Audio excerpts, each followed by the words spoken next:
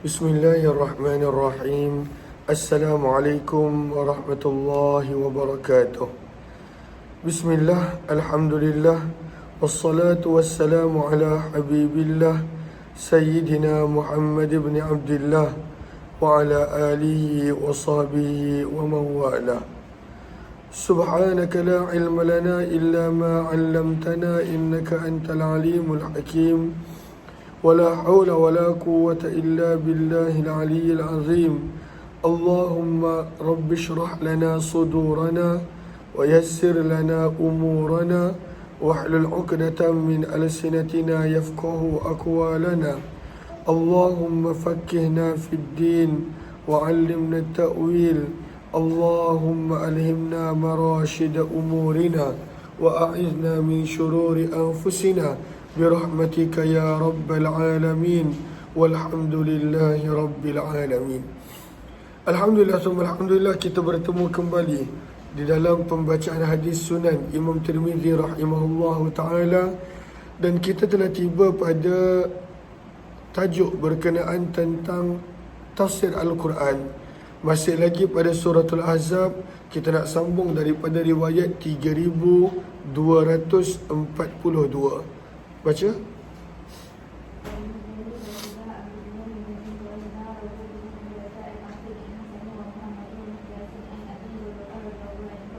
Daripada sahabat Nabi Abu Hurairah radhiyallahu anhu, daripada baginda Nabi sallallahu alaihi wasallam, anna Musa, sesungguhnya Nabi Musa alaihi salatu wassalam, kana rajula, adalah seorang yang hayya, seorang yang sangat-sangat pemalu.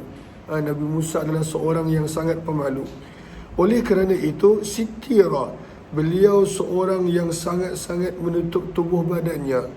Ma yura min jildih, tidak kelihatan daripada kulitnya. Syai'un, sesuatu pun. Istihya'an minhu, kerana sifat malu yang sangat luar biasa yang dimiliki oleh Nabi Musa.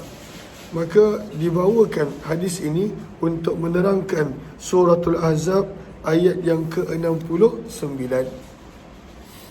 Maka bila Bani Israel nampak Nabi Musa begitu tutup seluruh tubuh badan dia, tak nampak, tak kelihatan kulit di sebalik pakaiannya, maka fa'azahu man azahu min Bani Israel, maka telah mencacinya sesiapa yang mencacinya daripada kalangan Bani Israel. Mereka mula mencaci, mereka mula berkata yang Nabi Musa ini ada penyakit-penyakit yang tertentu. Faqalu, maka mereka berkata, ma yastatiru hadas tasattur, tidaklah Nabi Musa menutup tubuh badannya seperti ini, illa min aibin, kecuali pasti ada kecacatan dengan kulit Nabi Musa. Mesti ada kecacatan pada kulit Nabi Musa alaihi salatu wassalam. Imma baras, sama ada mungkin Nabi Musa ada penyakit kusta, ataupun wa imma udrah, ataupun penyakit pada bahagian bawah tubuh badan dia. Secara tepat, udrah adalah pada waktu itu nafhatun fil khusyah, bengkak pada anggota badan yang tertentu, terutamanya kalau lelaki pada bahagian telur dia. Maka sama ada bengkak pada tubuh badan Nabi Musa ataupun ada kusta. Wa inna Allah arada, dan sesungguhnya Allah berkehendak, ay yubarri'ahu, untuk membebaskan Nabi Musa daripada kata-kata Bani Israel yang pada waktu itu mendakwa Nabi Musa ada penyakit. Sebab itu Nabi Musa menutup seluruh badan dia. Maka apa yang berlaku? Wa inna Musa khala yawman wahdah, pada suatu hari Nabi Musa telah menyendiri seorang diri. Fawada'a thiyabah, maka baginda telah meletakkan pakaian baginda pada sebuah batu. Thumma ightasala, kemudian Nabi Musa telah mandi. Bukanlah pada waktu itu tidak berpakaian langsung, maksudnya dengan kain sahaja. Falamma faragha, apabila telah selesai mandi, aqbala ila thiyabih liyakhudha, maka Nabi Musa telah pergi kepada baju dia, pakaian dia, untuk dia ambil pakaian dia. Wa innal hajara ada bi thawbih, maka batu tadi Allah izinkan untuk berjalan dan bergerak maka batu tadi telah membawa lari pakaian Nabi Musa.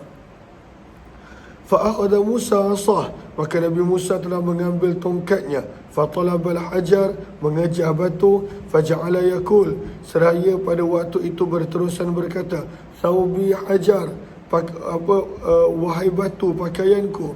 Thawbi hajar, wahai batu pakaianku. Sehinggalah Nabi Musa telah sampai kepada sekelompok daripada Bani Israel. Fara'auhu, maka mereka telah melihat Nabi Musa uryanan, tidak berpakaian pada bahagian atas tubuh badannya. Ahsanan nas, dalam keadaan baginda adalah orang yang paling sempurna penciptaannya. Wa abra'ahu mimma kanu yakul, dan pada waktu itu Allah membebaskan Nabi Musa daripada kata-kata Bani Israel yang memanggil dia mempunyai penyakit abras, kusta ataupun udrah, bengkak pada anggota tubuh badan yang tertentu. Qala, berkata perawi, wa qamal hajar, maka pada waktu itu batu tersebut berhenti.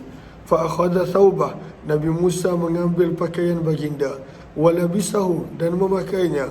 Wa tafiqa bil hajari darban bi'asah, dan Nabi Musa telah mula memukul batu yang membawa lari pakaiannya dengan pukulan melalui tongkatnya. Kata perawi, fawallah, maka demi Allah, inna bil hajari, sesungguhnya pada batu tersebut, lanadba, mempunyai kesan daripada kesan pukulan tongkat Nabi Musa, salasan, sebanyak 3 pukulan, ataupun 4, ataupun 5 pukulan.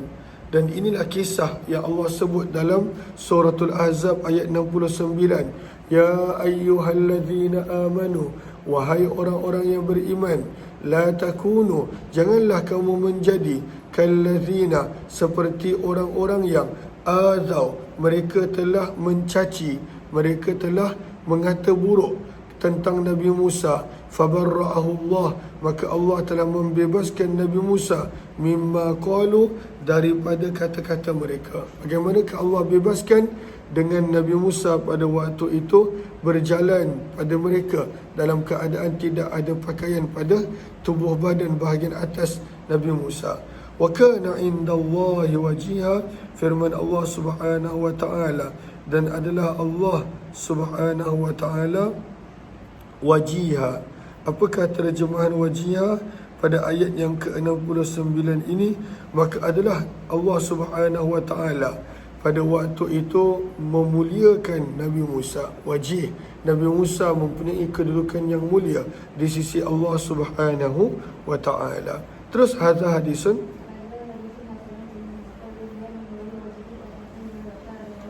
Nabi sallallahu alaihi wasallam. Terus surah yang ketiga, surah yang seterusnya adalah surah Saba.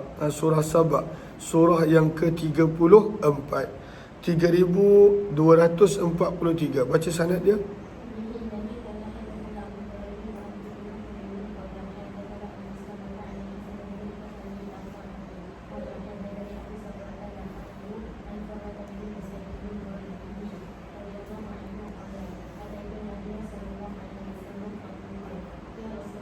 Okey, ini kisah kenapa adanya nama Sabak.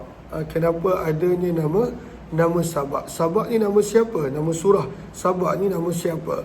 Maka dalam kisah ini diterangkan ianya adalah nama seorang manusia. Sabak adalah nama seorang manusia. Maka daripada seorang sahabat yang bernama Farwah bin Musaik al-Muradi radhiyallahu ta'ala anhu,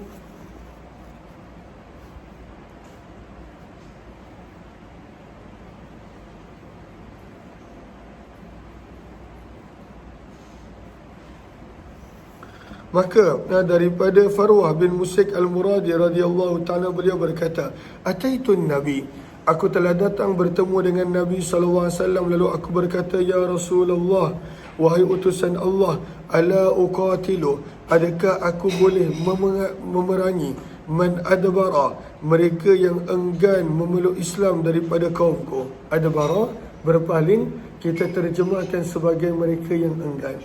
Atiyah, Adakah boleh aku memerangi mereka yang enggan memeluk Islam daripada kaumku? Biman dengan orang yang akbala telah masuk Islam daripada mereka.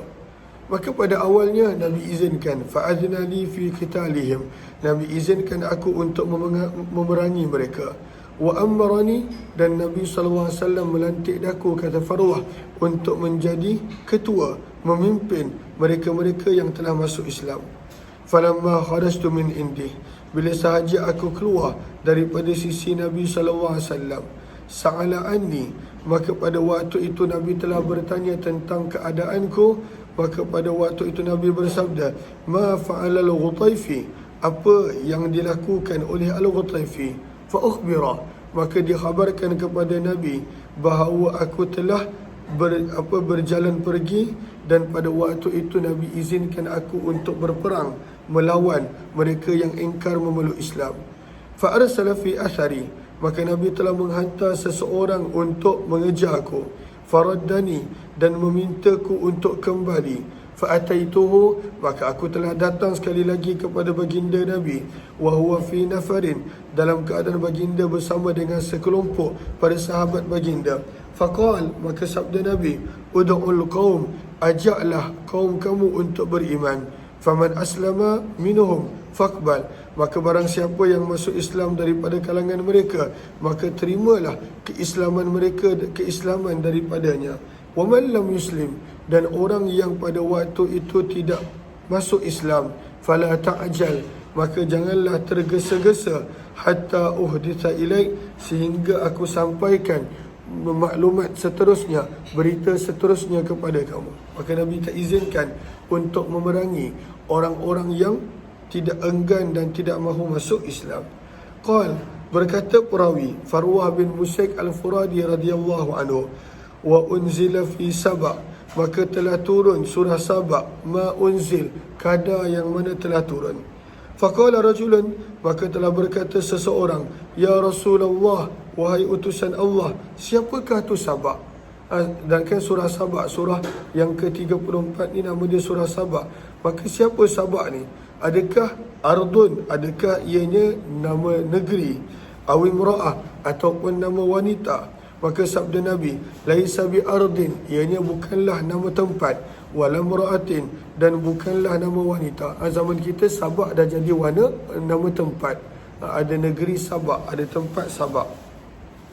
Walakinnahu, akan tetapi Sabak ini adalah nama seorang lelaki. Walada, yang adalah bahawa ada seorang lelaki. Bukan rajulun ni namanya Sabak, tidak. Yang selepas itu,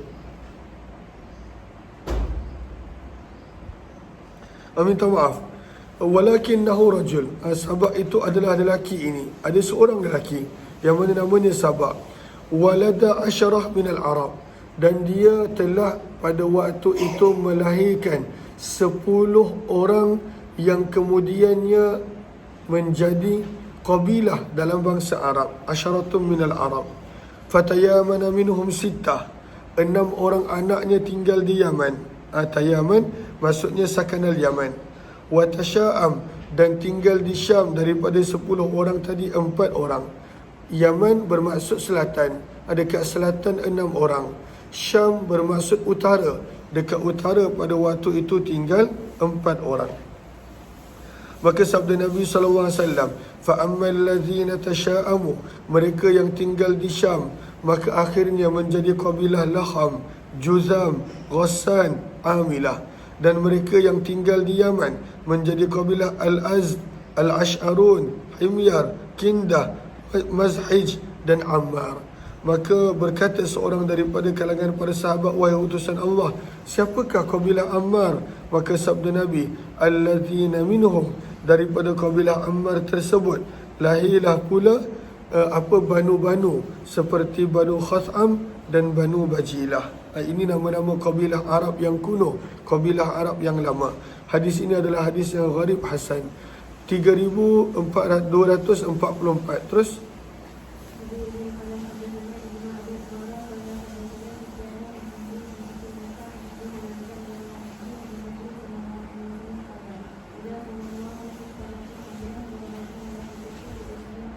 khud'anan liqaulih. Maka daripada Abu Hurairah radhiyallahu anhu, beliau berkata bahawa Nabi SAW bersabda, apabila Allah telah menetapkan di langit sesuatu urusan, perkara ini mesti jadi seperti ini dan sebagainya, maka apa yang berlaku? Darabatil malaikah, malaikat akan mengepak, memukul sayapnya sebagai tanda khud'ana, tunduk patuh terhadap firman Allah. Ka'annaha, dan pada waktu itu ada bunyi seperti bunyi rantai besi ala Safwan yang diserit pada batu yang licin. Maka pada waktu tu malaikat punya sayap, punya kepak, bunyi dia adalah seperti rantaian besi yang ditarik pada Safwan, pada batu yang licin. Maka firman Allah, hatta idza, surah Al-Ahzab ayat yang ke-23, hatta, sehingga, idza fuzzi'a, apabila dihimpunkan, apabila dihapuskan perasaan takut, an qulubihim, daripada hati-hati mereka, qalu, mereka berkata, madza qala rabbukum, apakah yang Allah telah firmankan, telah tentukan? Qalu, maka diberikan jawapan, al-haq, Allah hanya berfirman kebenaran. Wa huwal aliyyul kabir, dan Allah maha tinggi lagi maha besar. Maka ketika mana mereka saling kenapa Atia? Kenapa? Ketika mana mereka saling bertanya, apa yang Allah firmankan, apa yang Allah sebutkan, apakah yang Allah tetapkan, maka pada waktu itu inilah keadaan para malaikat. Berkata perawi, wasyayatinu ba'duhum fawqa ba', dan syaitan bertindih di atas satu sama lain. Kenapa syaitan bertindih? Tujuannya adalah listiraqi sama' bawah tu, kerana syaitan cuba juga untuk mendengar khabar-khabar daripada langit. Dia nak dengar apa yang Allah tentukan, apa yang Allah dikrikan, apa yang Allah Subhanahu Wa Taala tetapkan. Mereka nak dengar daripada malaikat yang sedang berbicara. Apakah maksud syaitan nak mencuri dengar? Jom kita lihat riwayat yang seterusnya. Terus 3245.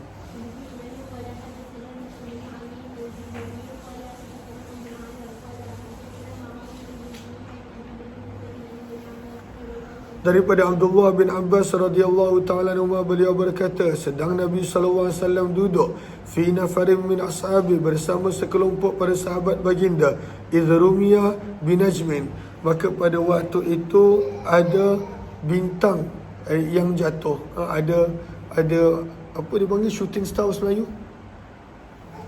Bintang apa? Taib bintang. Ada taib bintang yang lalu. Ada taib bintang yang lalu. Fastanar, maka pada waktu itu bercahaya langit. Maka Nabi bertanya, ma kuntum taqulun, dulu apa yang kamu sering katakan jika berlaku perkara seperti ini pada zaman jahiliyah, idza ra'aitumuh, apabila kamu nampak. Maka para sahabat menjawab, kunna naqul, kami sering berkata bahawa yamutu azim, ada orang yang besar meninggal dunia, ataupun baru lahir seorang yang besar dan hebat. Maka Nabi SAW terangkan, fa innahu la yurma bihi, maka shooting star ataupun pada waktu itu taib bintang tersebut bukanlah kerana kematian seseorang ataupun kerana hidupnya seseorang, walakin Rabbana, akan tetapi Tuhan kita tabaraka wa ta'ala, yang maha mulia lagi maha tinggi, apabila telah menentukan sesuatu perkara, sabbaha, maka telah bertasbih malaikat yang memikul arash, hamalatul arash, malaikat yang memikul arash. Summa sabbaha, kemudian telah bertasbih penghuni-penghuni langit yang berikutnya, dan kemudian yang berikutnya, daripada langit ke-7, langit ke-6, langit ke-5, hatta yablugha tasbih, sehinggalah tasbih tersebut sampai ke langit dunia ini.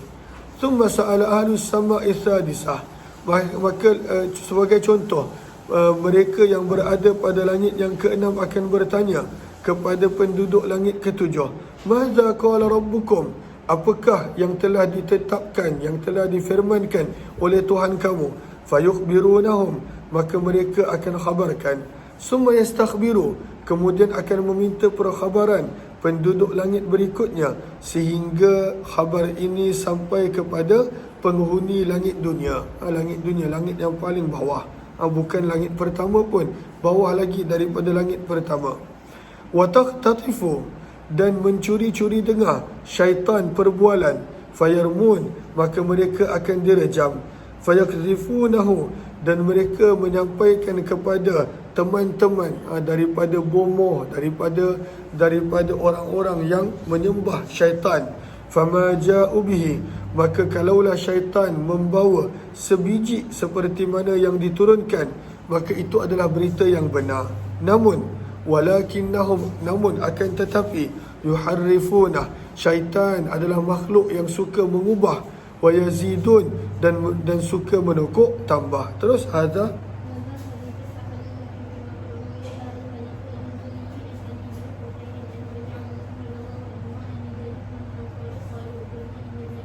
Terus riwayat 30 bab yang ke-36, surah 35, suratul Malaikah, ataupun dalam Al-Quran kita lebih kenal dengan nama surah Fatir. Terus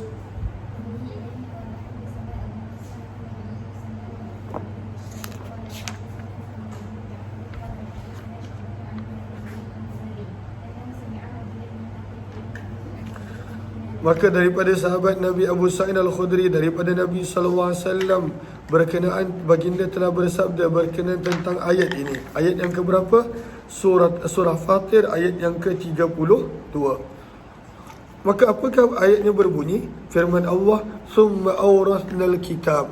Kemudian kami jadikan Al-Quran itu diwarisi. Siapakah yang mewarisi Al-Quran? Bukan semua orang. Alladzina istafaina, orang-orang yang kami telah pilih, min ibadina, daripada kalangan hamba kami. Namun bukan semua orang yang dapat Al-Quran hargai, dan itu realiti. Maka firman Allah, faminhum, maka ada sebahagian daripada mereka, zalimun li nafsih, yang menzalimi diri mereka sendiri. Bagaimana mereka menzalimi diri mereka sendiri? Dengan mereka tidak menghargai nikmat Al-Quran yang Allah bagi. Ada golongan yang kedua, wa minhum muqtasid, golongan yang bersikap sederhana. Dan golongan yang ketiga adalah paling tinggi, wa minhum sabiqum bil khairat, mereka mendahului antara satu sama lain, bil khairat, dalam perbuatan kebaikan, biiznillah, dengan izin Allah. Sabda Nabi, ketiga-tiga golongan ini, kulluhum bimanzilah, mereka adalah sama kedudukan. Dalam bawah tu gariskan, iaitu mereka semua Islam, wa kulluhum fil jannah, dan semua mereka masuk syurga, cuma tingkatannya berbeza. Hadza hadithun gharibun hasan. Surah yang ke-36, surah Yasin. Terus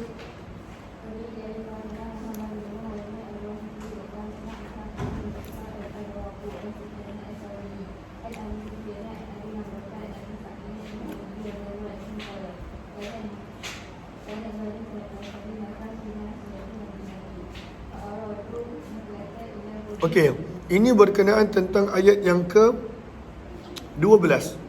Sekejap.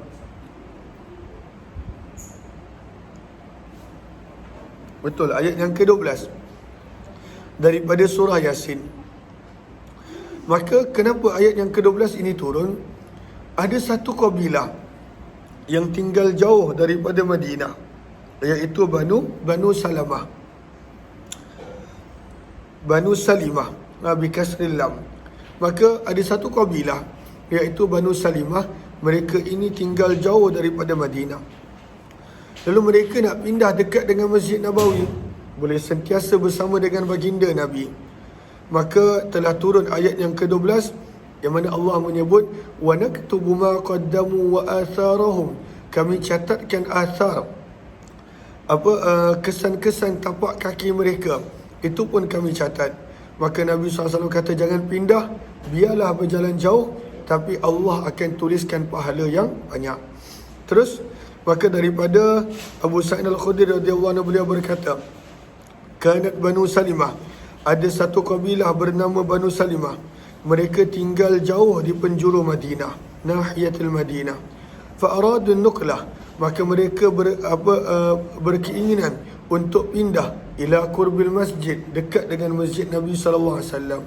Maka telah turunlah ayat yang ke-12 surah Yasin ini, di mana firman Allah, inna nahnu nuhyil mauta, sesungguhnya kamilah yang akan menghidupkan orang yang mati, wa naktubu, dan kami akan mencatat ma qaddamu, segala perkara baik yang mereka lakukan, wa atharahum, dan kami juga akan catat akan jejak langkah mereka.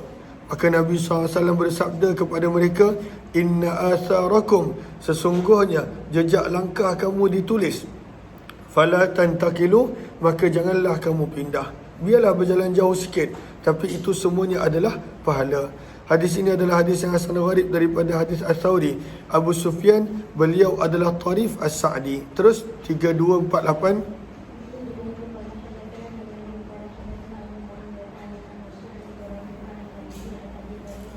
Daripada Abu Dzar radhiyallahu ta'ala, beliau berkata, aku telah masuk ke masjid sewaktu matahari terbenam, dan Nabi pada waktu itu sedang duduk, kata Abu Dzar. Ini nak menerangkan ayat daripada surah Yasin, ayat yang ke 38. Ayat yang ke-38. Wasyamsu tajri li mustaqarrin laha, dan matahari itu beredar pada tempat yang telah ditetapkan, mustaqar. Maka apakah maksud mustaqar di sini? Maka kata Abu Dzar, Nabi berkata, wahai Abu Dzar, adakah kamu tahu aina tadhhabu hadhi, ke mana hilangnya matahari?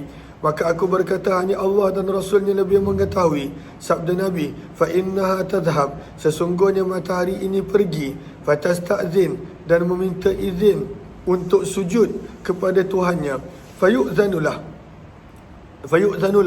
maka diizinkan, wa ka'annaha qad qila laha, dan kelak ada satu masa akan dikatakan kepada matahari, utlu'i min haitsu ji'ti, daripada mana kamu terbenam, datang balik daripada arah itu. Fatatlu', maka disitulah matahari akan terbit daripada arah barat. Kemudian Nabi membaca ayat wazalika. Wazalika ini adalah riwayat yang tidak mutawatir, yang mana sebenarnya adalah wasyamsu tajri li mustaqarril laha, dan matahari itu beredar pada tempat yang telah ditetapkan, pada orbitnya yang tersendiri. Wazalika, dan ayat yang wazalika ini ada dalam qiraat Abdullah bin Mas'ud. Hadis ini adalah hadis yang hasan sahih. Surah As-Saffat, surah yang ke-37. Terus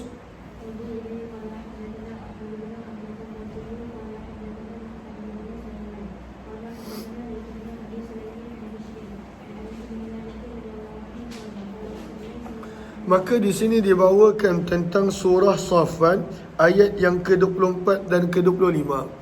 Yang mana pada ayat yang ke-24, 25, sebagai herdikan kepada orang yang saling ajak mengajak kepada maksiat dan dosa di dunia, Allah akan tahan mereka. Tahan.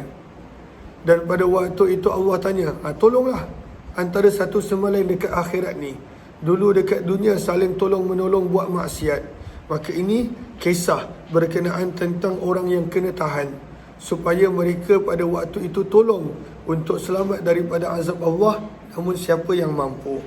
Sabda Nabi, ma min da'in, tidak ada seorang pun da'a yang mengajak ila syai'in, kepada sesuatu perkara yang maksiat dan dosa, dalam kurungan maksiat dan dosa, illa, kecuali kana mawqufan, orang tersebut akan diberhentikan pada hari kiamat, laziman, dia mesti berada di tempat itu, la yufariquh, tidak boleh meninggalkannya, wa in da'a rajulan, walaupun dia pernah mengajak melakukan maksiat dan dosa hanya seorang.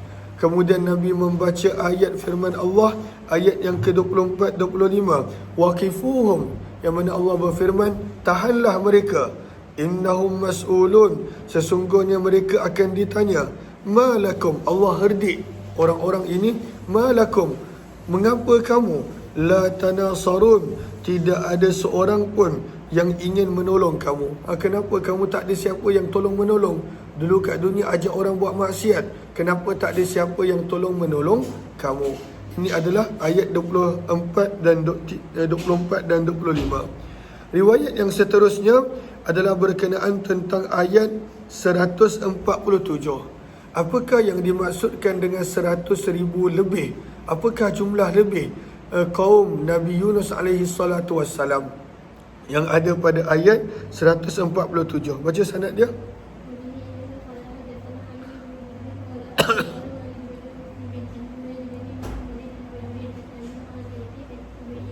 Daripada Ubay bin Ka'ab radhiyallahu anhu, beliau berkata, aku telah bertanya baginda Nabi sallallahu alaihi wasallam tentang firman Allah, wa arsalnahu, dan kami telah mengutuskan Nabi Yunus kepada kaum yang berjumlah mi'ati alfin, 100,000, au yazidun, ataupun lebih daripada itu. Maka Nabi bersabda, yang dimaksudkan lebih adalah 20 alfa. Maka jumlah pada waktu itu kaum Nabi Yunus adalah 120,000. Terus 3251 berkenaan tentang ayat 77. Apakah maksud waja'alna dzurriyyatahu humul baqin, dan kami jadikan zuriat Nabi Nuh, mereka itulah orang yang tinggal hidup ketika mana banjir. Apakah maksud dia? Terus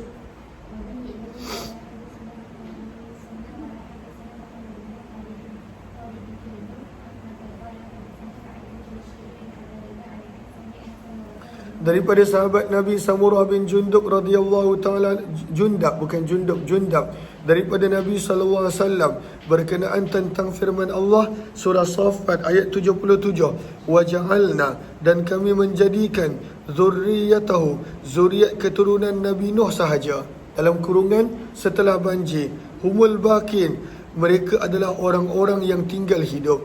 Bersabda Nabi, mereka itu adalah 3 orang anak, Ham, Sam dan Yafith. Berkata Imam Tirmizi, Yafith dibaca dengan ta dan dibaca dengan sa, Yafith ataupun Yafith. Dan dikatakan juga Yafas, boleh dibaca baris atas. Hadis ini adalah hadis yang hasan gharib. Kami tidak mengetahuinya kecuali daripada hadis Sa'id bin Bashir. Terus 3252.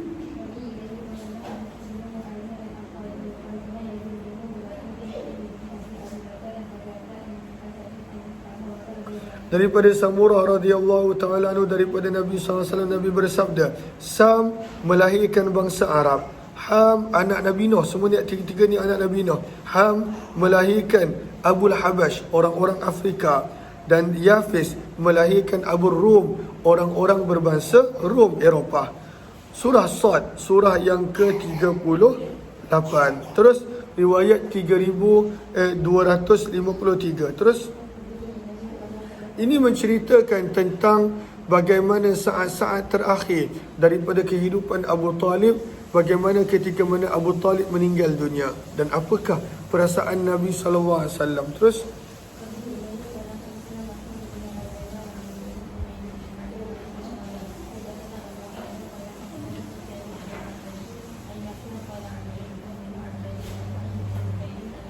daripada Abdullah bin Abbas radhiyallahu anhu, beliau berkata, marida Abu Talib telah jatuh sakit.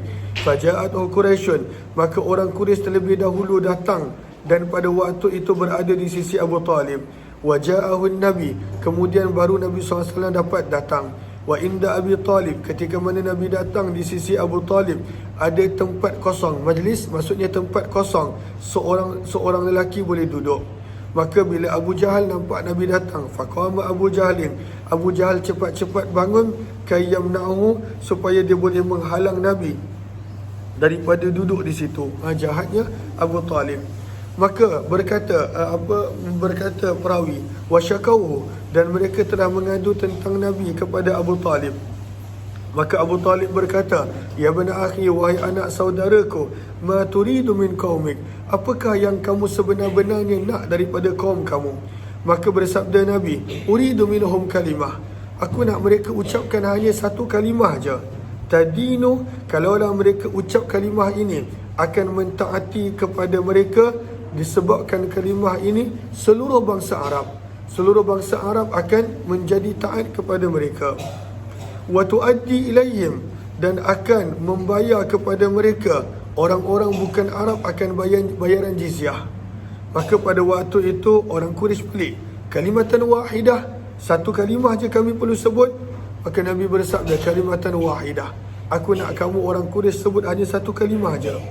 Maka pada waktu itu Nabi bersabda, Ya Am, wahai pakcikku, mintalah mereka untuk menyebut La ilaha illallah, tiada Tuhan yang layak disembah kecuali Allah. Maka pada waktu itu mengamuk orang Quraisy, dan pada waktu itu mereka berkata, Ilahan wahidah, adakah hanya ada satu Tuhan sahaja? Ma sami'na, kami tidak pernah mendengar dengan perkara ini fil millatil akhirah, pada agama-agama yang lain. In hadza, tidaklah ini kecuali ikhtilaq rekaan. Kemudian turunlah ayat yang ayat pertama hingga ayat yang ketujuh berkenaan tentang peristiwa ini. Sad wal Qur'ani dzikr, demi Al-Quran yang penuh dengan peringatan. Kemudian ayat seterusnya, balilladzina kafaru, bahkan orang-orang yang ingkar dan enggan, mereka berada fi izzatin wa syiqaq, mereka berada dalam keadaan suka menentang Allah dan Rasul. Syiqaq, menentang. Sehinggalah tiba pada ayat yang ketujuh, Maha sami'na, kami tidak pernah mendengar tentang perkara ini, bahawa hanya ada satu Tuhan. Pada agama-agama yang terdahulu, agama-agama yang lain, tidaklah ini kecuali rekaan. Terus wabila qala hadasna,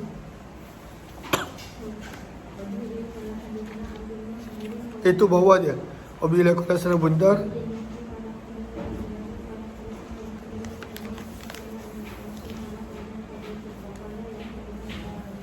Okey, kita berhenti rehat di sini. Kita sambung balik nanti insya-Allah. Terima kasih semua.